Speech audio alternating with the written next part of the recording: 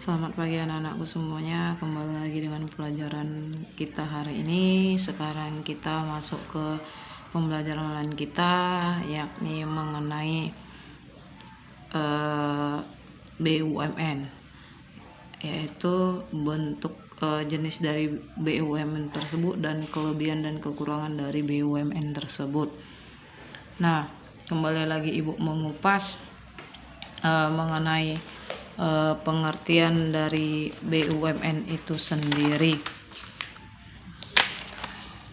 Menurut Undang-Undang Nomor 19 Tahun 2003 Pasal 1 yang menyatakan badan usaha milik negara atau yang disingkat dengan BUMN itu adalah badan usaha yang seluruh atau sebagian besar modalnya dimiliki oleh negara melalui penyertaan secara langsung yang dimana itu berasal dari kekayaan negara yang dipisahkan. Nah, dimana di situ dia juga memiliki tujuannya, itu ada 3: memberikan sumbangan bagi perkembangan ekonomi, itu sudah jelas, yang dimana pada umumnya itu perekonomian nasional dan penerimaan negara yang khusus. Nah, yang kedua itu adalah yang namanya mengejar keuntungan.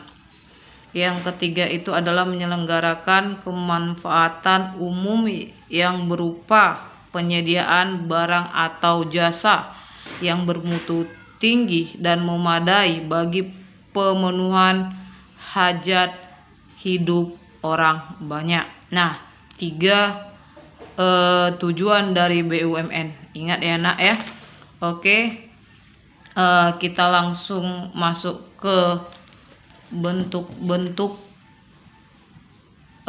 BUMN-nya. Nah, di sini bentuk-bentuk BUMN-nya itu ada 3.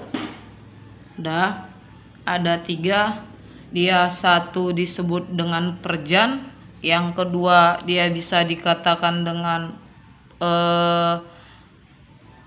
perum, yang ketiga dia bisa dikatakan persero. Nah,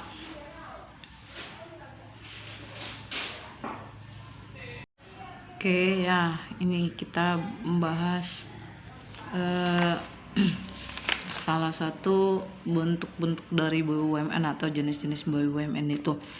Satu adalah perjan. Nah, perjan ini kepanjangan dari perusahaan jawatan, yang dimana itu adalah bentuk badan usaha milik negara yang seluruh modalnya dimiliki oleh pemerintah. Nah, perjan ini berorientasi pada masyarakat sehingga selalu yang dikatakan merugi. Nah, sekarang sudah tidak ada lagi perusahaan BUMN yang menggunakan modal perusahaan jawatan atau disingkat dengan perjan. Karena apa? Karena besarnya biaya untuk memelihara perjan tersebut. Nah, jadi kenapa? Kalau ada pertanyaan kenapa perusahaan BUMN yang menggunakan modal perjan ini tidak ada lagi? Ya ini, karena dia itu adalah besarnya biaya untuk memelihara perjan. Nah, contohnya itu perjan adalah nih, ada di buat ibu buat di sini PJK, perusahaan jawatan kereta api. Nah, atau kini berganti dengan PT KHI. Nah, itu mengenai perjan. Nah, ciri-cirinya di sini ada 4 atau wagapat. Yang pertama, memberikan pelayanan kepada masyarakat, merupakan bagian dari suatu departemen pemerintah. Yang ketiga, di bawah pimpinan oleh seorang kepala yang bertanggung jawab langsung kepada menteri atau direktur jenderal departemen yang bersangkutan. Yang keempat itu adalah status karyawannya andalannya adalah pegawai negeri sipil. Nah, kita masuk ke dalam perum. Nah, perum perusahaan umum. Nah, perum ini adalah perjan yang sudah dirubah, yang tujuannya tidak lagi berorientasi pelayanan tetapi sudah profit oriented. Sama seperti perjan, perum dikelola oleh negara dengan status pegawainya sebagai pegawai negeri sipil. namun perusahaannya masih merugi meskipun status Perjan diubah menjadi Perum, sehingga pemerintah terpaksa yang namanya menjual sebagian saham Perumnya kepada publik atau go public, dan statusnya diubah menjadi sebuah Persero. Nah, ciri-ciri si Perum ini pertama melayani kepentingan masyarakat umum, dipimpin oleh seorang direksi atau direktur, mempunyai kekayaan sendiri dan bergerak di perusahaan swasta. Nah, ini dikelola dengan modal pemerintah yang terpisah dari kekayaan negara. Pekerjaannya adalah pegawai perusahaan swasta, memupuk keuntungan untuk mengisi yang namanya kas negara. Modalnya dapat berupa saham atau obligasi bagi perusahaan yang go public. Nah, contoh BUMN yang berbentuk Perum atau dia itu ada 3, bisa dilihat dari namanya sektor industri pengolahan. Contohnya itu adalah Perum Percetakan Negara Indonesia, ada juga Perum Percetakan Uang Republik Indonesia. Nah, dilihat dari sektor transportasi dan pengudangannya itu ada Perum Damri, ada yang kedua itu adalah Perum Pengangkutan Penumpang di Jakarta. Nah, kalau sektor informasi dan komunikasi itu ada Perum LKBN Antara, ada Perum Produksi Film Negara. Jadi contoh BUMN berbentuk Perum itu ada dilihat dari 3 sektor ya: industri pengolahan, transportasi dan pengudangan, informasi dan komunikasi. Oke, kita lanjut ke Persero. Persero ini itu adalah perusahaan perseroan yang dimana itu adalah salah satu badan usaha yang dikelola oleh negara atau daerah, berbeda dengan Perum dan Perjan.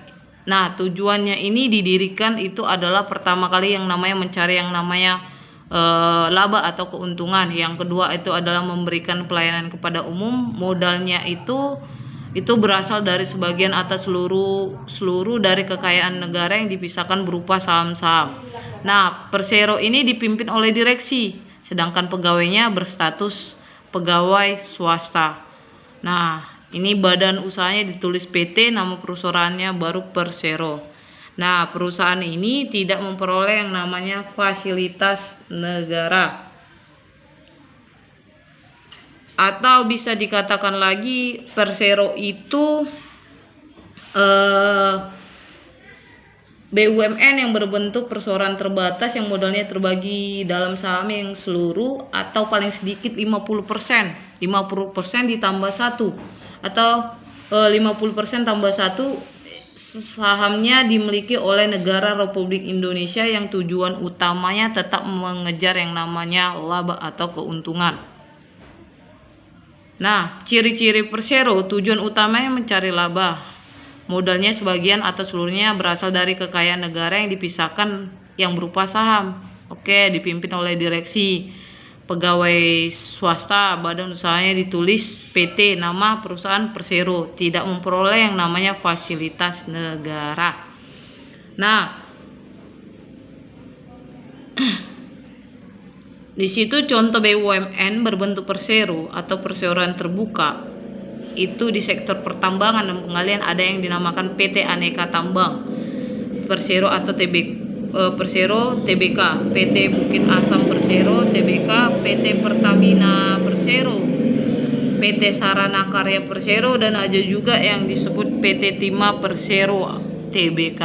Nah, itu mengenai bentuk-bentuk dari BUMN.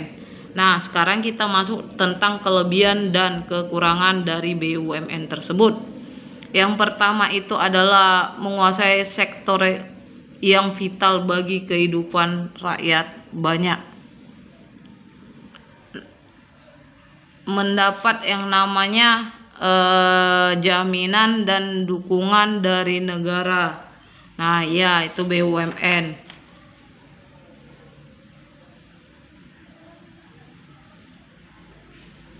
Nah, permodalnya sudah pasti karena mendapatkan modal dari negara, kelangsungan hidup perusahaannya terjamin, jelas.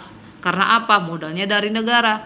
Nah, sebagai sumber pendapatan negara. Nah, itu dari mana? Dari yang namanya APBN, ya, anggaran pendapatan belanja negara, yang dimana APBN itu adalah penerimaan negara yang berasal dari penerimaan perpajakan, penerimaan negara bukan pajak, serta penerimaan hibah dari dalam maupun luar negeri selama yang dinamai selama satu anggaran, biasanya itu dalam 1 tahun. Nah,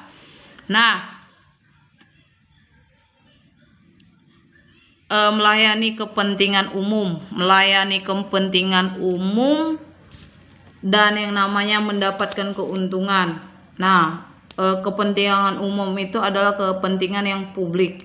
Nah, yang terakhir itu adalah pembuka lapangan pekerja.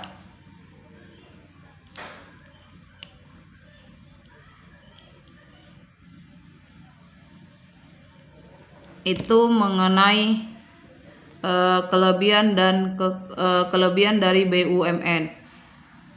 Ada satu lagi dari kelebihan dari BUMN, yaitu adalah meringankan beban masyarakat. Karena apa? Di sini karena masyarakat karena diberikan yang namanya subsidi atau harga murah. Oke, lanjut kita ke dalam kekurangan dari BUMN tersebut. Nah, di sini ada yang pertama kali itu adalah sering mengalami kerugian. Nah, sering mengalami kerugian.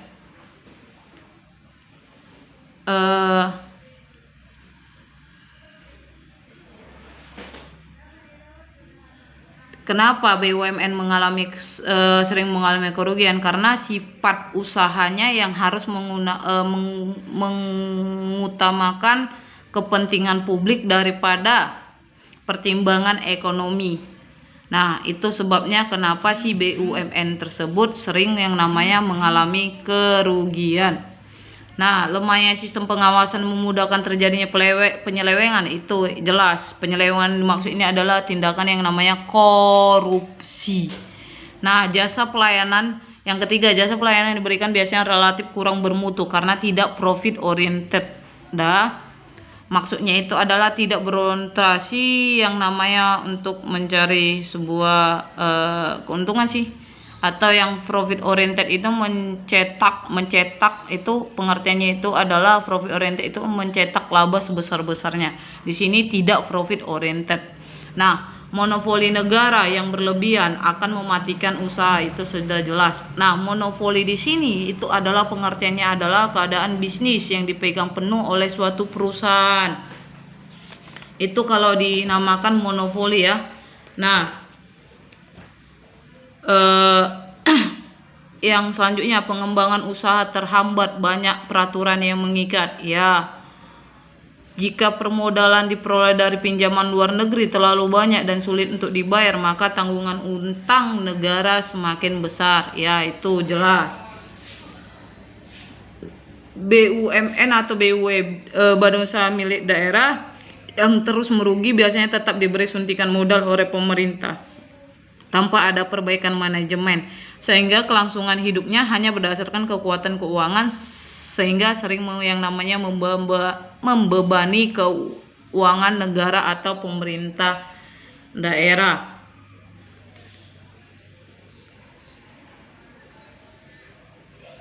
Nah, ada satu lagi, dia itu adalah beberapa sektor yang namanya dia mendapat keuntungan yang tipis.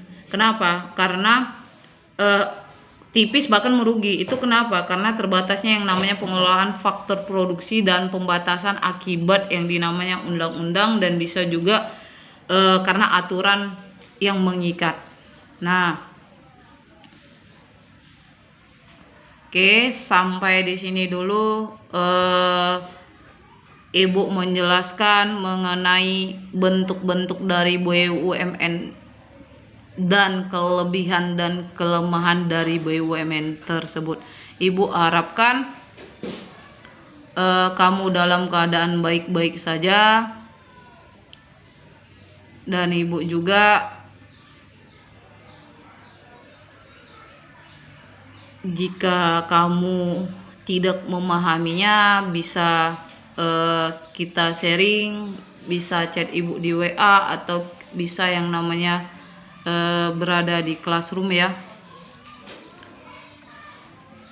Oke, anak-anakku semuanya, sampai di sini dulu ya materi hari ini, dan ini materi yang terakhir ya. Nah, semoga dengan ibu terangkan melalui video ini kamu bisa mengerti. Oke, ibu akhiri, selamat pagi buat anak-anakku semua ya.